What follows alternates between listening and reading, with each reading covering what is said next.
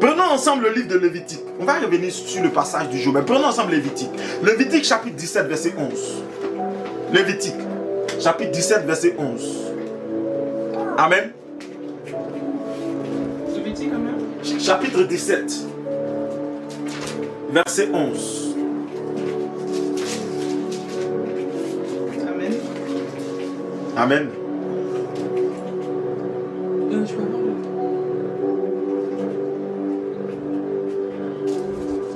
Amen. Chapitre 11. Lévitique 17, 11. Oui. Car l'âme de la chair Car l'âme de la chair est dans le sang. est dans le sang. Je vous l'ai donné Je vous l'ai donné sur l'autel sur l'autel, afin qu'il servît afin qu'il servit d'expiation d'expiation pour vos âmes. pour vos âmes. Car c'est par l'âme Car c'est par l'âme que le sang fait l'expiation. l'expiation. Amen. Amen. Gardez bien ce passage, parce qu'on va le relire encore après. Amen. Vous voyez? Donc l'âme et le sang ont quelque chose en commun. L'âme ne saurait fonctionner sans le sang. Et le sang ne saurait fonctionner sans l'âme. C'est pourquoi, quand on va dans le livre de Genèse, chapitre 9, quand Dieu parle à Noé, après le déluge, quand il fait l'alliance noachique, quand il dit à Noé, à partir d'aujourd'hui, je ne détruirai plus la terre par l'eau, et que tant que le soleil existera, tant que la terre existera, il y aura le soleil, il y aura le jour, il y aura la nuit, il y aura les semailles, il y aura la moisson et tout ça. Il continue et il dit, vous ne verserez pas le sang. Vous ne mangerez pas le sang, parce que dans le livre de Genèse chapitre 1, quand il donne la nourriture à l'homme, après la création, il lui dit que l'homme a pour nourriture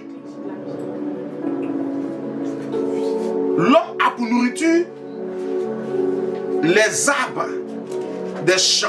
L'homme a pour nourriture les arbres, les herbes, avec les semences et tout ça. Mais il ne parle pas d'animal. Donc on ne sait pas par quelle magie l'homme est devenu carnivore avant même que Dieu ne lui dise de manger de la viande. Amen. Mais quand Dieu dit ouvertement à l'homme de manger de la viande, c'est dans le livre de Genèse chapitre 9.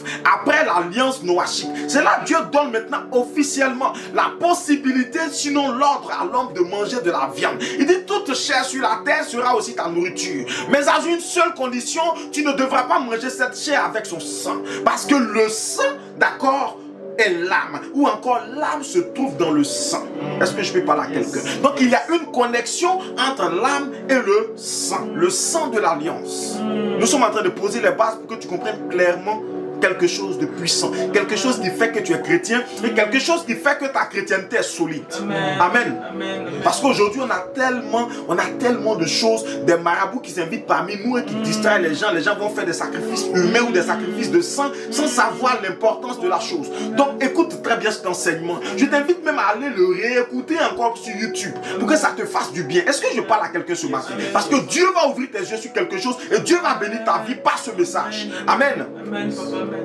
Donc par le sang, donc l'âme qui est entre l'esprit et le corps peut jouer sa jonction correctement. C'est ainsi que tu peux saisir une information par ton corps, mais l'âme va transmettre ainsi de suite à ton esprit, ou tu peux saisir une information par ton esprit et l'esprit va transmettre à ton corps par le moyen de ton âme. Et c'est ainsi que ton âme étant reliée à ton corps, ton âme devient quelque chose de précieux en toi, au point qu'il y a des entités qui le veulent pour leur spiritualité ou encore pour leur élévation. C'est parce que dans ton âme se trouve ton sang, dans ton sang se trouve ton âme, les deux sont liés et dans cela il y a une énergie assez puissante que les esprits impurs veulent pour grandir.